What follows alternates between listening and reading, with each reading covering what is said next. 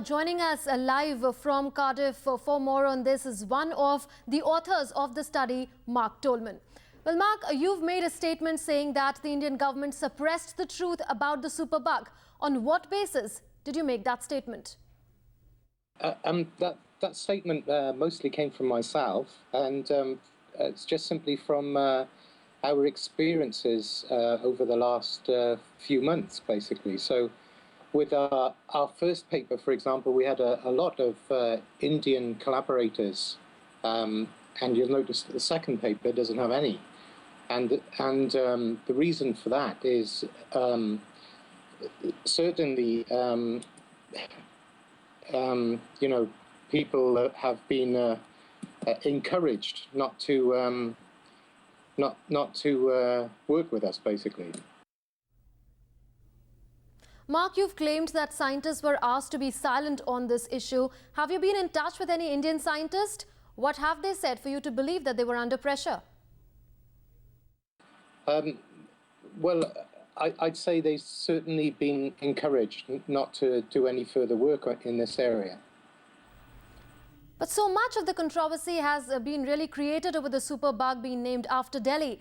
And it's not surprising that you, who created the controversy earlier, have once again tried to make controversial statements without much basis.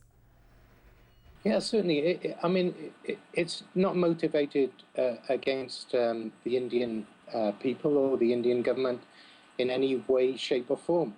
In fact, the actual gene was named in 2008.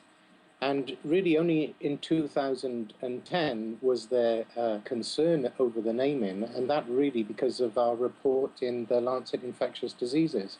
So it was actually named 2 years previous to that, without any concerns from anyone in India whatsoever. I think really what's happened is because we're beginning to see that the prevalence is higher in South Asia in general, and not just India, but Pakistan and Bangladesh, then, the concern has been raised.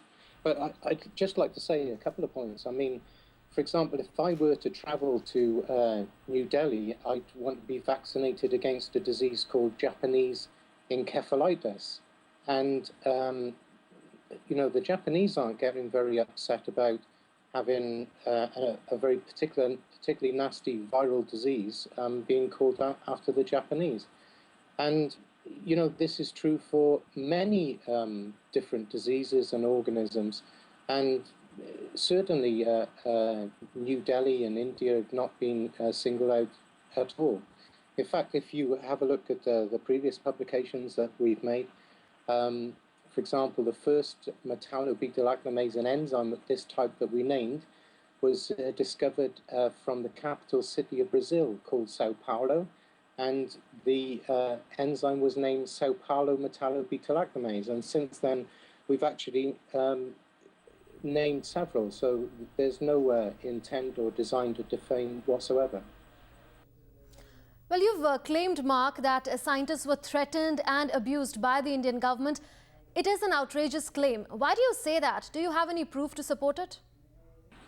Okay, well, I'm certainly very happy to give you more details about this. I mean, certainly the PhD student who came to work with us and did a lot of the initial work, a very talented individual.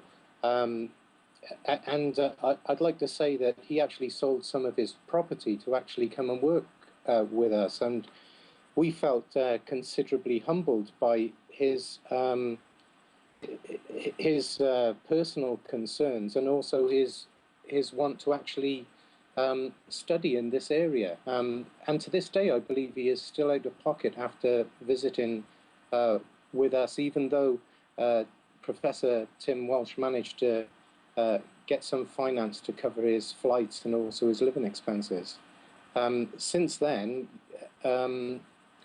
he has actively been discouraged from working in this area, which is a real shame because he's a kind of person who's got skills and an inclination to really help your government sort out some of the problems that you have over there. Well, you've claimed, Mark, that there is evidence of the superbug in Delhi's water supply. What kind of a study have you really conducted to make such a conclusion? Okay, well, basically, these are not fantastically advanced techniques. We used a polymerase chain reaction, a PCR-based approach, and we backed that up also with sequencing and DNA probing to detect the presence of the gene in environmental samples and also in drinking water samples. Well, with regard to naming the bug after New Delhi, why was that done? Will those who named the bug after Delhi be willing now to rename it after all this controversy? Actually, I'm not the actual individual who named it. It was actually named by Tim Walsh and Christian Gisk, who's a scientist from Sweden. And they sort of named it between them. But really, I think the naming is a complete side issue here. The problem of the emergence of this particular resistance gene is due to the indiscriminate use of antibiotics in India. Now, that is the problem. And the fact that there is a very little surveillance of antibiotic resistance within India. And not just India, but South Asia in general. And these are particular concerns that need to be addressed because, of course, this gene gives resistance to the last useful antibiotic that we have, not just in South Asia, but also worldwide. And we know that there won't be another antibiotic to cover these kind of infections for the next 8 years. And that's worldwide, not just in South Asia.